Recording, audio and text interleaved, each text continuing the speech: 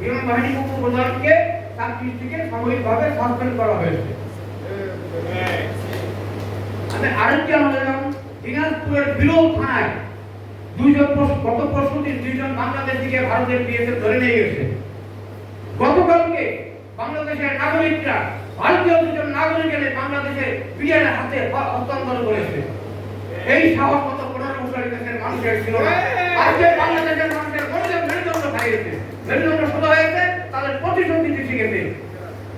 আমাদেরকে ভারত 1971 সালে স্বাধীনতা সংগ্রামে সহায়তা করেছে।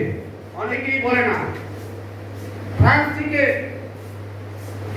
একটা পিনাকি পর্যন্ত বলেছে ভারত আমাদের 71 সনে সহায়তা করেছে একমাত্র পাকিস্তানকে দুর্বল করার জন্য, বাংলাদেশের স্বাধীনতার স্বার্থে নয়। পাকিস্তানকে দুর্বল করবে, ইসলামিক রাষ্ট্র দুর্বল হবে, ভারত সবল হবে। এই কারণে নভেম্বরের শেষ দিকে, যুদ্ধকালীন সময় নভেম্বরের শেষ দিকে ইয়াহিয়া খান ভুট্টো এবং আওয়ামী লীগের শেখ মুজিবুর রহমানের বিভিন্ন লোকের সাথে আমরা শুনেছি আলোচনা করে ইয়াহিয়া রাষ্ট্রপতি এবং শেখ মুজিবুর রহমানকে দেখে প্রধানমন্ত্রী বাড়িতে আলোচনা চলছিল। এই তথ্য তখন পাকিস্তানের পক্ষে ভারতীয় রাষ্ট্রদূত ছিলেন হুমায়ুন রশিদ চৌধুরী।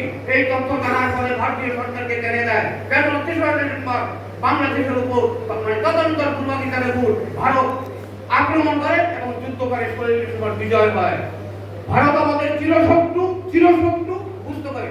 আজকে পাকিস্তানের ১ কোটি হিন্দু ঘোষণা করেছে আমরা পতাকা নিতে এক হবো, পাকিস্তানের সাথে পাকিস্তানের সেনাবাহিনীতে একসাথে ভারতের সাথে আমরা যুদ্ধ করবো। আমি বাংলাদেশের সকল সম্প্রদায় বলতে পারি, বাংলাদেশের পতাকার তলে এক হয়ে বাংলাদেশী হয়ে ভারতকে আমরা প্রতিহত করবো। এটাই আমাদের। আসসালামু আলাইকুম।